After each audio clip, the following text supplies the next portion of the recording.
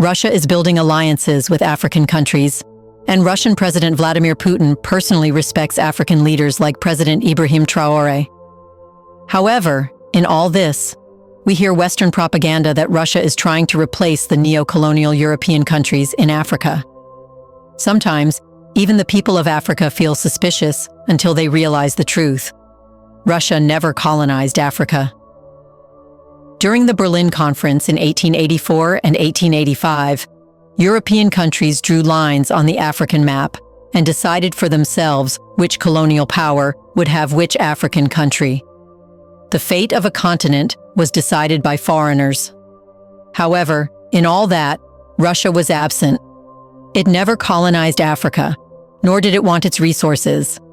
So expecting today that Russia wants colonial influence in Africa is against history. But a question arises: why did Russia never colonize Africa? In this video, let's find out.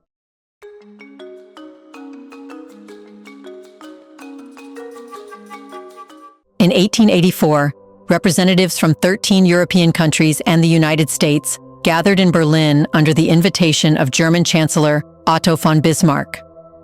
But this wasn't some noble summit for peace or diplomacy. It was a cold, calculated meeting with one goal: divide Africa among themselves without firing a shot at each other. This event became known as the Berlin Conference, and it was the beginning of the so-called Scramble for Africa, a dark chapter where the entire continent was divided like slices of cake with no African voice in the room. Colonial powers, including Britain, France, Germany, Belgium, and Portugal, claimed vast regions of Africa on maps as though they were moving pieces on a board game. They weren't interested in borders that respected ethnic groups, languages, or kingdoms. They simply drew lines, many of which remain to this day, that split entire communities and created fragile, unstable states that have struggled with conflict ever since. However, in all this, one European giant was absent: Russia. The country, despite its status as a major empire, did not participate in this land grab. It didn't claim a colony, didn't redraw maps, and didn't establish plantations or forced labor systems on African soil. This absence wasn't due to ignorance or indifference. Russia was aware of Africa's strategic and economic value, but it stayed out. And to this day, that decision gives Russia a unique status on the continent.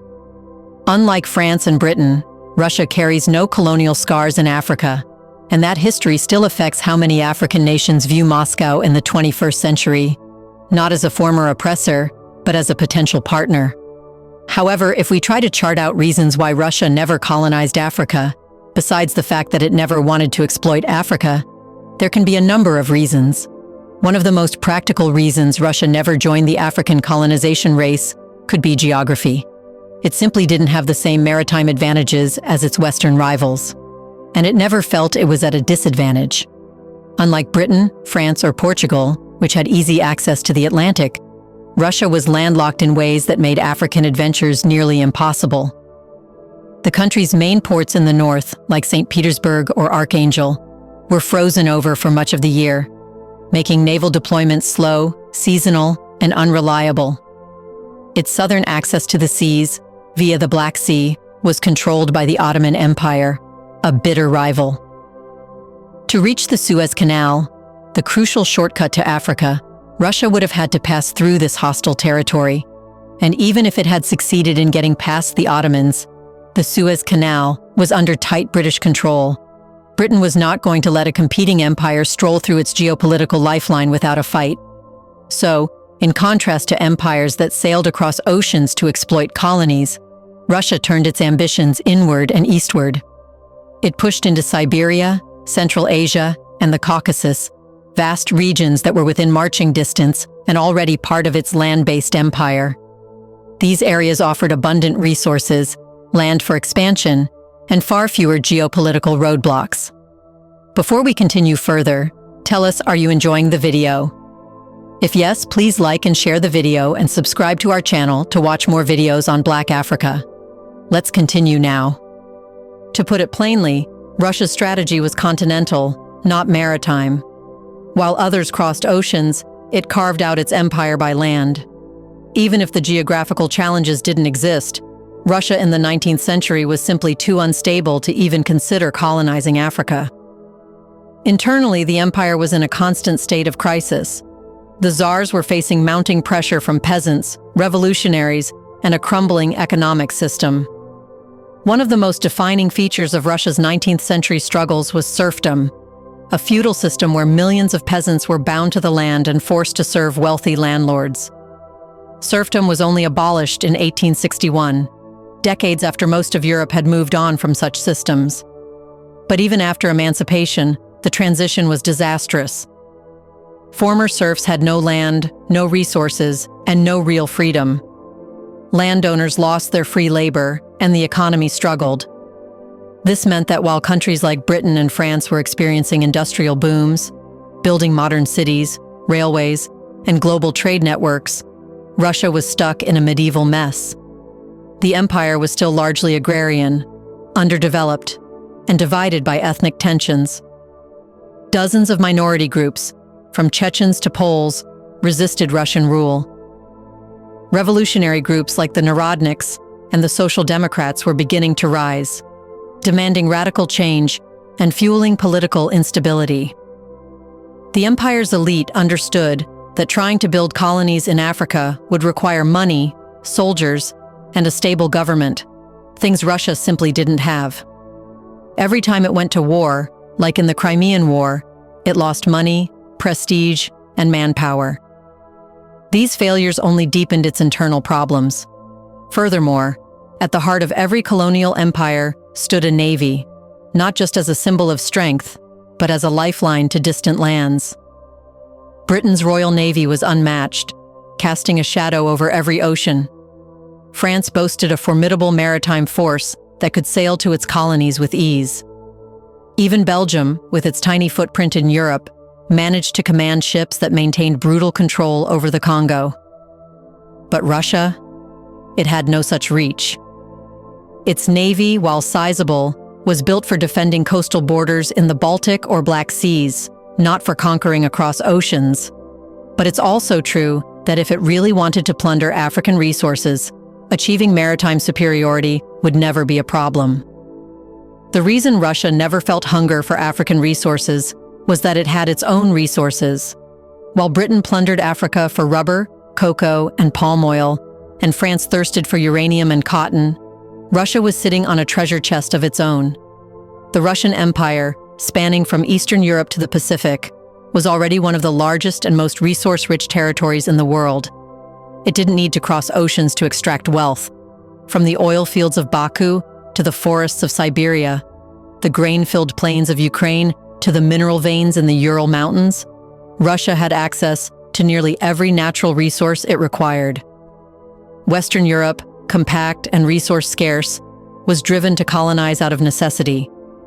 But Russia's empire was so vast that it struggled more with managing what it had than needing more. Therefore, African conquest wasn't an economic lifeline. It was an unnecessary gamble. While others looked outward to survive, Russia looked inward to consolidate. However, despite the empire's general disinterest, not everyone in Russia agreed. Adventurers, nationalists, and Orthodox missionaries dreamed of an African chapter in Russia's imperial story. The most infamous of these was Nikolai Ashenov. In 1889, he took matters into his own hands, leading an unauthorized expedition to the Gulf of Tajura, where he declared a Russian colony and raised the flag over a small settlement. But Ashenov's dream was built on sand. The land was already claimed by France, and the French response was swift and merciless. Warships fired on the settlement, captured Ashenov's party, and sent them packing. Rather than defend its citizens or stake a claim, the Russian government disavowed the entire affair. Unlike Britain or France, who would have doubled down, Russia interpreted failure as a sign that Africa wasn't worth the fight. Today, this historical fact matters. African nations still carry the trauma of European colonization, and these wounds often shape how they view the West. But Russia? It's not entangled in that past. It doesn't show up in African history books as a master or a thief. And in a world where African nations are reclaiming agency and building new partnerships, Russia's absence from colonial atrocities has become a powerful diplomatic credential. Russia's absence spared it from the stain that haunts many of today's Western powers in Africa.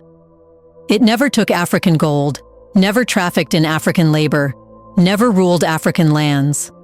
And as Moscow returns to the continent today, not as a colonizer but as a strategic partner, that absence becomes an advantage. It's not coming back to make amends. It never harmed in the first place.